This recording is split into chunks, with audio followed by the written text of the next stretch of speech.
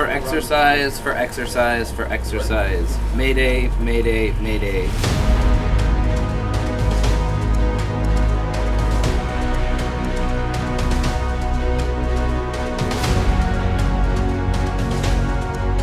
Goletas is a major marine disaster exercise for the Canadian Coast Guard, where we've simulated, if you will, a large cruise vessel running aground and the consequences of that.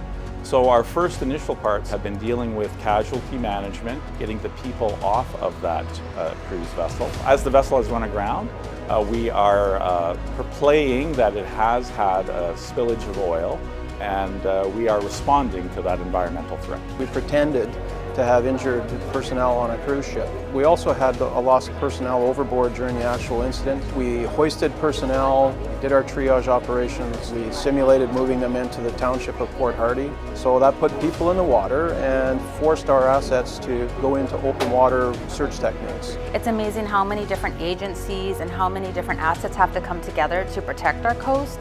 You can tell that everybody has the same interest, same goal as we do. Both municipalities and then local First Nations are the ones that carry a lot of the traditional knowledge or knowledge of the area, and they're invaluable when it comes to providing information in these types of exercises. It is so important to bring all of the partners together, the federal agencies, the provincial agencies, in particular the local Indigenous communities, to come together to see how this type of incident would be handled in a real situation.